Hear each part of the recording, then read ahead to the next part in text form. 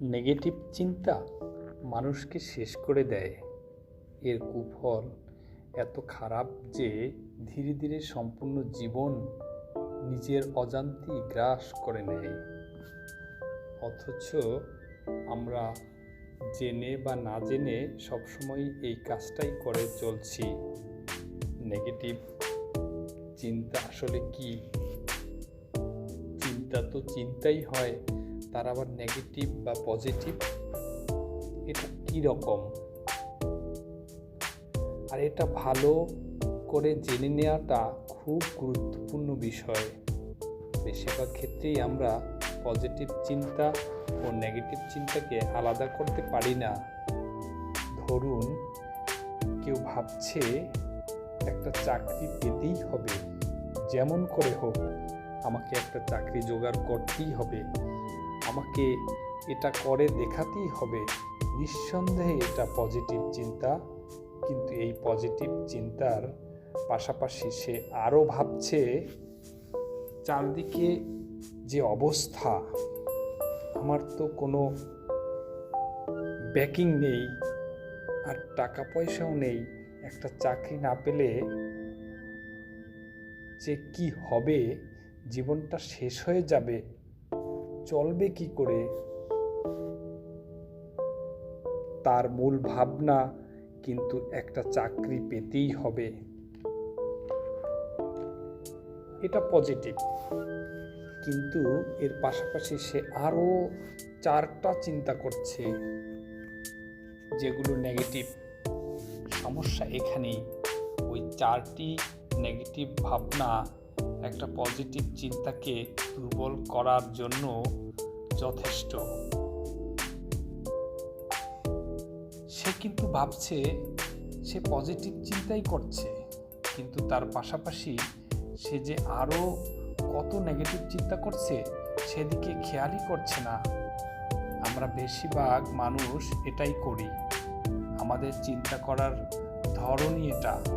আপনি নিজেই একটু লক্ষ্য করে দেখুন, একটা ভাবনার পাশাপাশি অসংখ্য ভাবনা এসে ভিড় করে। কখনো কখনো সেই সব চিন্তার কোনো ভিত্তিই থাকে না।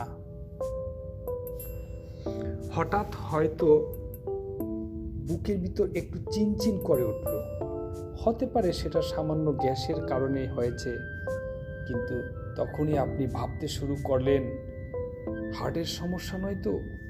সেই সাথে এক রাশ নেগেটিভ চিন্তা মাথায় ভিড় করতে শুরু করলো, আর মন সেই সব চিন্তা ভাবতে ভাবতে মাথাটা ঝিমঝিম করতে শুরু করে, সারা শরীর হাত পা অসাড় হয়ে আসে। আর এই সব দেখে আপনার মন একটা বিশ্বাস করতে শুরু করে আপনার বোধহয় সত্যি সত্যি এটা হয়েছে। এখন প্রশ্ন হচ্ছে, এইসব অবান্তর নেগেটিভ চিন্তাগুলোকে দূর করবেন কিভাবে এগুলোর পিছু ছাড়াবেন? আপনি হয়তো বুঝতে পারছেন অসংখ্য নেগেটিভ চিন্তা আপনাকে ঘিরে ধরেছে, অস্থির করে তুলছে, সবসময় আপনাকে তাড়া করে বেড়াচ্ছে। হতে পারে সেগুলো কোনো পুরনো স্মৃতি, কিংবা ভবিষ্যতের ভয়, কোনো আশঙ্কা।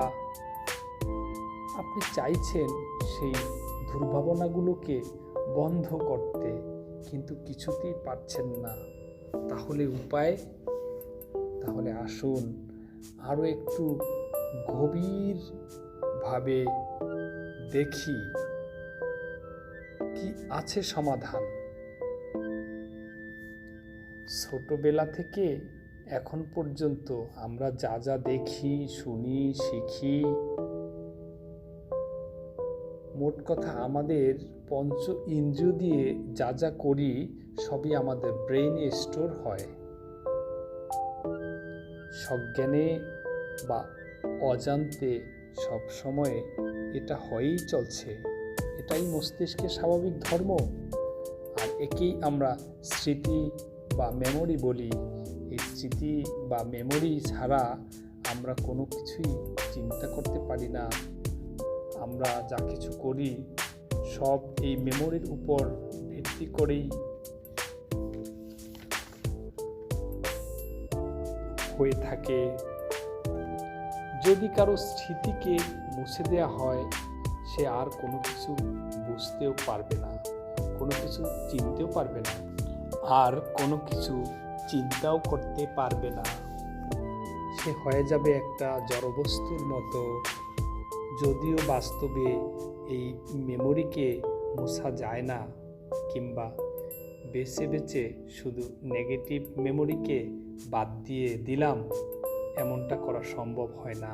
একমাত্র যদি জোর করে বা ওষুধ প্রয়োগ করে বা অন্যভাবে মস্তিষ্ককে বিকল করে দেয়া হয়, তাহলে এটা সম্ভব। কিন্তু তার মানে তো মস্তিষ্ককে খারাপ করে দেয়া। মস্তিষ্ক সুস্থ থাকলে সে মেমোরি স্টোর করবেই, তা সে পজিটিভই হোক বা নেগেটিভই হোক।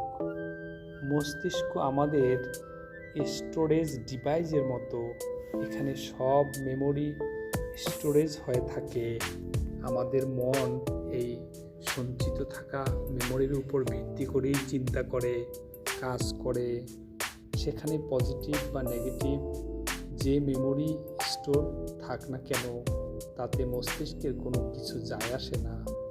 আবার আমাদের মস্তিষ্কে স্টোর হয়ে থাকা মেমোরির মধ্যে আমাদের মন যে মেমোরিকে প্লে করে, সেটাই আমাদের মনে বাজাতে থাকে।